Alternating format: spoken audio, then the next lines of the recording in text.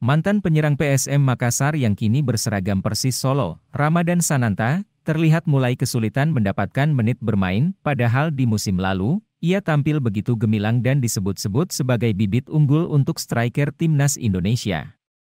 Bersama PSM Makassar musim lalu, Ramadan Sananta mendapat kepercayaan penuh dari pelatih Bernardo Tavares.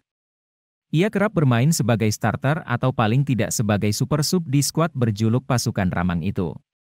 Di musim selanjutnya, ia memutuskan untuk hengkang dan melanjutkan karir bersama tim Persis Solo. Pelatih Persis Leonardo Medina lebih memilih memainkan Fernando Rodriguez, David Gonzalez dan Musa Sidibe. Meski di awal musim Liga 2023-2024 ia sempat tampil menjanjikan dengan catatan 2 gol di 2 laga berturut-turut. Namun, kini Sananta mulai terpinggirkan. Dari 6 laga yang sudah dimainkan Persis di awal musim ini, Sananta memang tampil di semua laga tersebut. Namun, dirinya kerap dimainkan dari bangku cadangan dengan catatan menit bermain sebanyak 354 menit dan baru membukukan 2 gol. Ramadan Sananta yang terus dimainkan dari bangku cadangan kembali terjadi di laga menghadapi Dewa United.